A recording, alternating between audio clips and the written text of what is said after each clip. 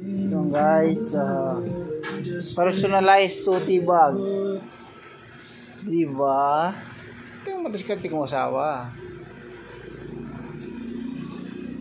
Kumakawa rin kami guys kung kailangan nyo ng mga pang giveaway na katulad nito, tote bag. Walang problema yan sa atin. Alright. So, mayroon itong iba't ibang size. Depende na lang sa inyo guys kung anong size ang gusto nyo. Yan. So, gagamitin siya sa 18 dibu. Maraming salamat.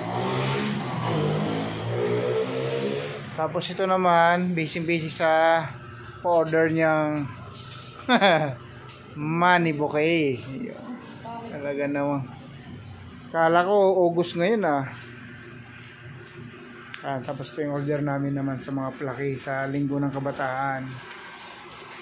Alright.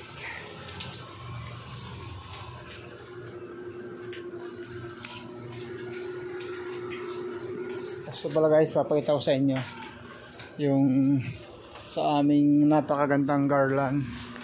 Ganito ang paggagawa nito guys. Ito yung ginalalagay namin, acrylic talaga siya para sobrang quality niya. Yan.